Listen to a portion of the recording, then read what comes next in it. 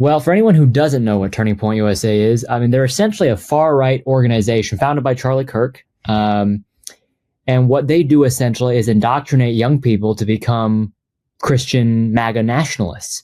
And they've been incredibly effective at what they do. I mean, just some numbers off the top of my head here.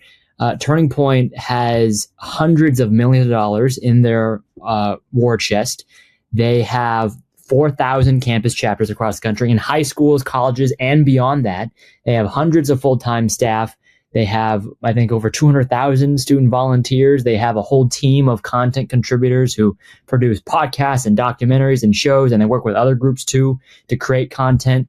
They are an incredible cultural force, and that's the underscore, cultural force, to try to convince young people to become far-right conservatives.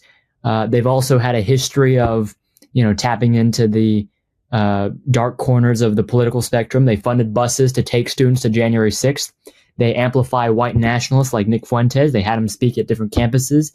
They dox professors that they deem are Marxist or communist or leftist, and school board professors are members too. And essentially, they are trying to reintroduce homophobia and sexism and Christian nationalism and anti-science, denying all of that back into the mainstream. And you know what? It's working, right? Young people right now, as much as I love my generation, we're kind of in a bind right now. Young people's trust in media and government and in liberal institutions is at an all-time low.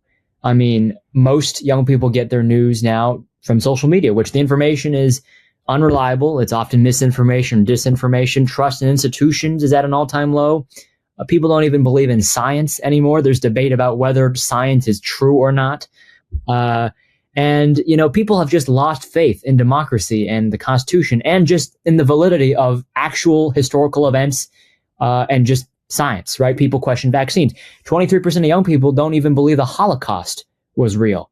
And so, I don't want to blame people for what they believe in, right? We have to meet people where they are and try to change their minds. But it is indicative of how much the right has spent over the last 10 years in trying to shift the cultural Overton window and getting young people and Americans in general and move them in a far more radical direction.